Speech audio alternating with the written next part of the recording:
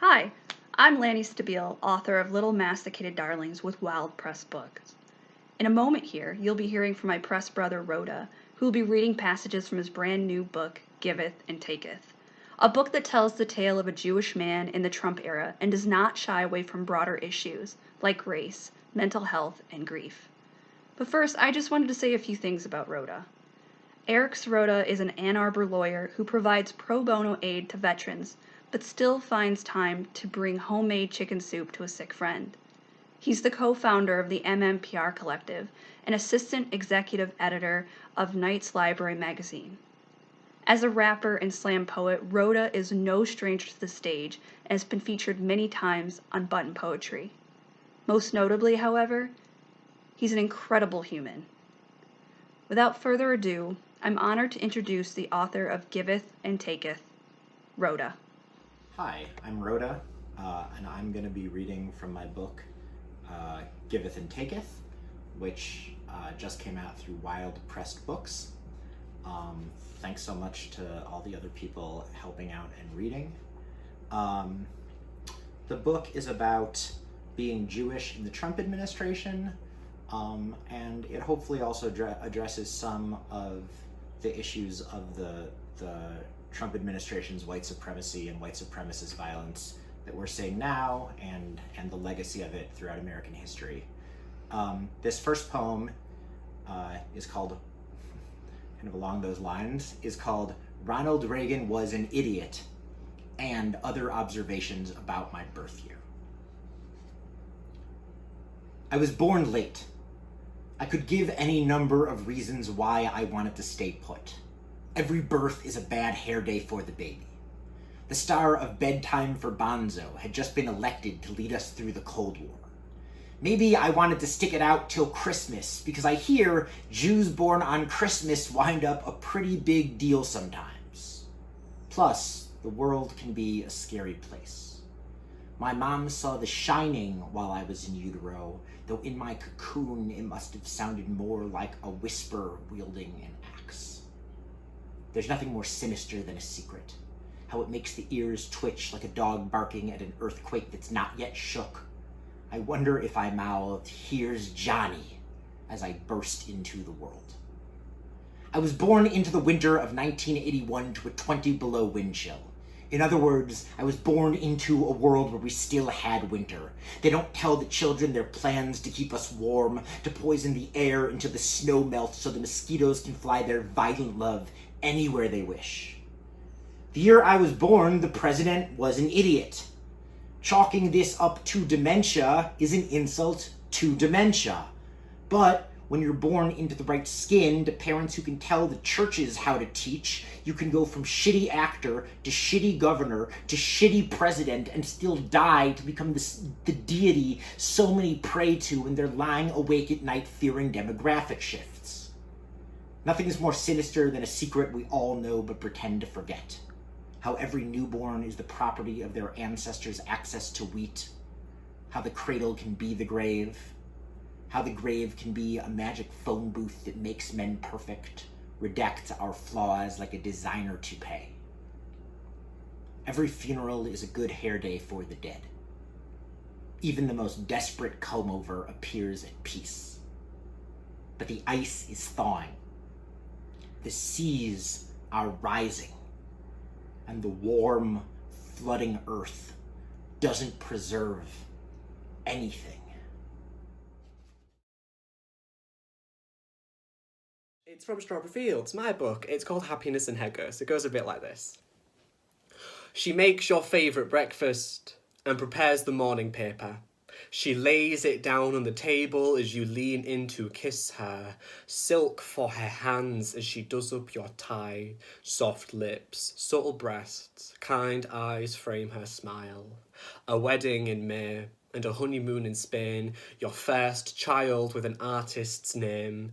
You found her happiness between the creases of your smile, your world alive. And as for me, without you, I died. No morning coffee or a paper to read, just my heart in my hand and the little holes you let bleed. When you found happiness, she made a ghost of you, and she had everything I could never give to you. You were every bandage on my aching body, but by your lips and your lies, I became nobody.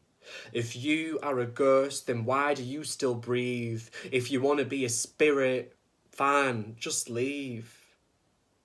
The limbo you've left me in is made of memories, what ifs and sentimentality. The particles of your cologne tie me to a home that should have been ours, but it's empty since you left me. In that picture I have of you, your eyes are closed. Are you dreaming of that girl with Genesis beneath her clothes? It might take a while, but I will learn in time that you, my love, were mine. Thank you. What do you say about a crime that happened before you were born? What do you say about a crime that happened before you were born? How many notches choke a scrag? Does the scent of leather change when its compression will be the death of you? Do you commiserate with the bull? You don't say anything. You scour Google and drain its troughs of news articles, obituaries, and book excerpts. You become obsessed with a spirit you didn't know, but somehow know intimately, like a small end rib roast. Some steer are blonde-haired and blue-eyed, a genetic predisposition targeted by the butcher. Those little masticated darlings. Thank you.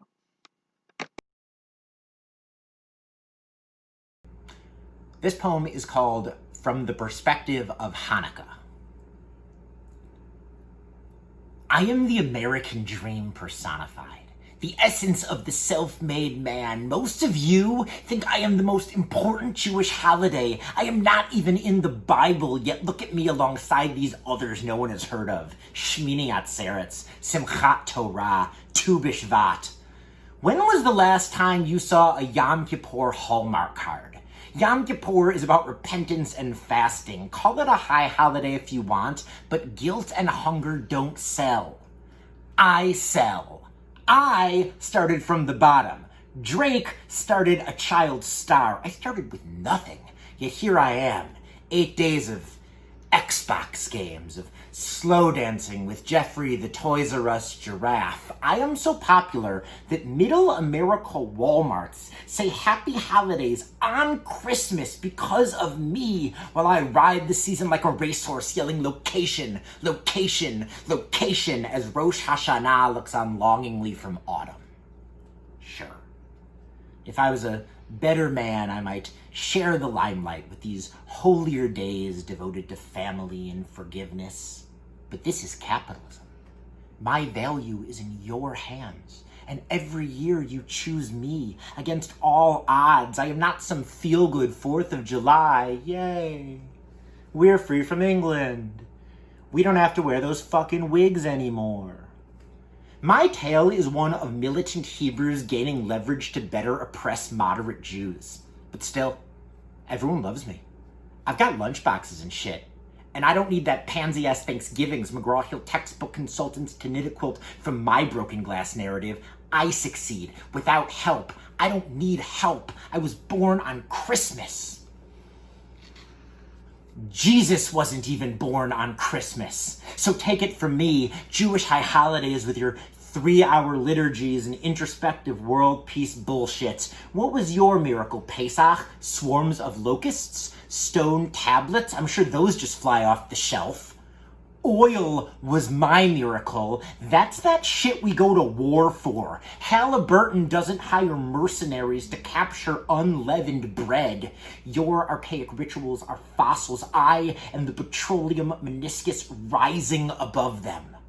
Just watch my dreidel spin. Watch the winner snatch up the pot.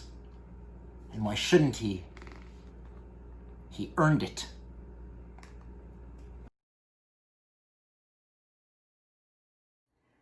Hi, I'm April Hill. I hope everyone is taking care. Today I'm going to read for you the title poem from my pamphlet that came out last year called The Red Ego. The Red Ego.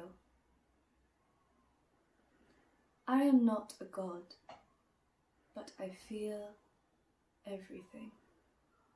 The light piercing skin, the slippery inside of it, eyelid, expecting black, blinking back. Instead, red. A utopia where everything always bleeds. Am I dreaming? Am I seeing? All this pigment without linseed. I am not a god, but I drink from my own cup. Blood-rimmed mouth. I become a red circle. A waterfall that pours back into itself. Infinity. 2 holes. Some people call this an ego. Some call it a soul. Thank you very much. This poem is called Midrash, which means kind of a story in Judaism. So, as many people know, in the book of Genesis, God commands Abraham to ascend Mount Moriah and offer his son Isaac as a sacrifice. Abraham obeys God without question. In this telling of the story, though, the part of Abraham will be played by Muriel Levinson, my Jewish grandmother. You want me to sacrifice my boy? But we're having dinner this Wednesday. Why would I do such a thing? You want to test my faith? I don't need faith.